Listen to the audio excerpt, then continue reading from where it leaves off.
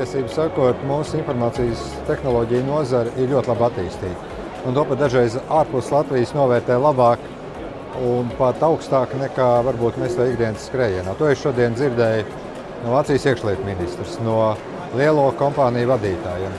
Patiesībā sakot, jau ir tā, ka viena otra Latvijas kompānija jau ir sadarbības partneris ar Vācijas kompānijām. Tas viss jau notiek. Tā prezidenta loma ir iedrošināt, atgādināt. Dažreiz arī tas ir svarīgi, ka šādos pasākumos, atklāšanā vai kaut kādās sarunās ir arī šī politiskā valsts klātbūtne. Otra lieta, patiešām mēs neesam vienīgie, mums ir pietiekami daudz konkurences, un tas, ko parasti nelielas valstis un to nozars var izdarīt, ir kāda nišas kompetence.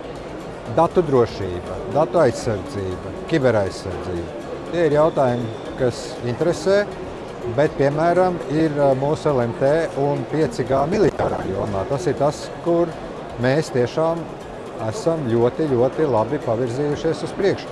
Par mums ir interese ne tikai Vācijā, es pats biju Amerikā, San Francisco, tur ir interese NASA līmenī, tur ir interese arī ASV lielo kompāniju līmenī. Es domāju, ka vācu tirgus ir salīdzinoši ļoti protekcionisks. Viņi aizstāv savus ražotājus un izstrādātājus, un kas ir saprotami. Vācijā īstenībā ir ļoti spēcīgi arī valodu tehnoloģiju uzņēmumi, kā piemēram lielais mašīnu tulkošanas gigants DeepL, kurš nesen ir ieguvis papildu finansējumu diezgan ievērojami, kas ļaus viņiem vēl labāk pozicionēties un taisīt vēl labākus risinājumus. Tā kā ir arī objektīvi rādītāji, bet es domāju, ka tie nav jau tikai tehnoloģija. Tā tehnoloģija strādā konkrētos rīkos, konkrētos lietojumos. Un tas, kur mēs varam rādīt šo piemēru, ir arī izmantojot šīs tehnoloģijas pie sevis, Latvijas, tā skaitā Latvijas pašvaldībās, Latvijas valsts pārvaldē, tad mēs varam stāstīt šo stāstu. Redziet, mums ir tehnoloģija, mums ir lietojums, kas mums palīdz efektivizēt mūsu valsts pārvaldi vai mūsu publisko sektoru.